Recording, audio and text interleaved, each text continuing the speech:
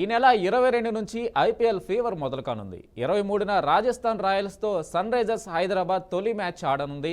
IPL మ్యాచ్లను అభిమానులు చూసేందుకు ఎక్కువగా ఆసక్తి కనబరుస్తారు. ఆన్లైన్లో టికెట్స్ను అందుబాటులోకి తెచ్చిన కొన్ని నిమిషాల్లోనే టికెట్లు బ్లాక్ అయ్యాయి. తక్కువ ధర ఉన్న టికెట్లు మొత్తం సోల్డ్ అవుట్ అని బుక్ మై షో పెట్టింది. కేవలం 10,000, 21,000 రూపాయల టికెట్లు మాత్రమే బుకింగ్ ఉండడంతో అభిమానులు ఆవేదన వ్యక్తం చేస్తున్నారు. ఈ నెల 23న ఉప్పల్ల వేదికగా సన్ రైజర్స్ తొలి మ్యాచ్ జరగనుంది. దీంతో కేటుగాళ్లు ఐపీఎల్ టికెట్స్ దందా మొదలు పెట్టేశారనే ఆరోపణలు వెల్లువెత్తుతున్నాయి. గత ఏడాదిలాగే ఈ సీజన్ టికెట్ బుకింగ్స్ త్వరగా క్లోజ్ చేశారని క్రికెట్ లవర్స్ మండిపడుతున్నారు. టికెట్లను బ్లాక్లో ఎక్కువ ధరలకు విక్రయించేందుకు కుట్రలు చేస్తున్నారని ఆరోపిస్తున్నారు.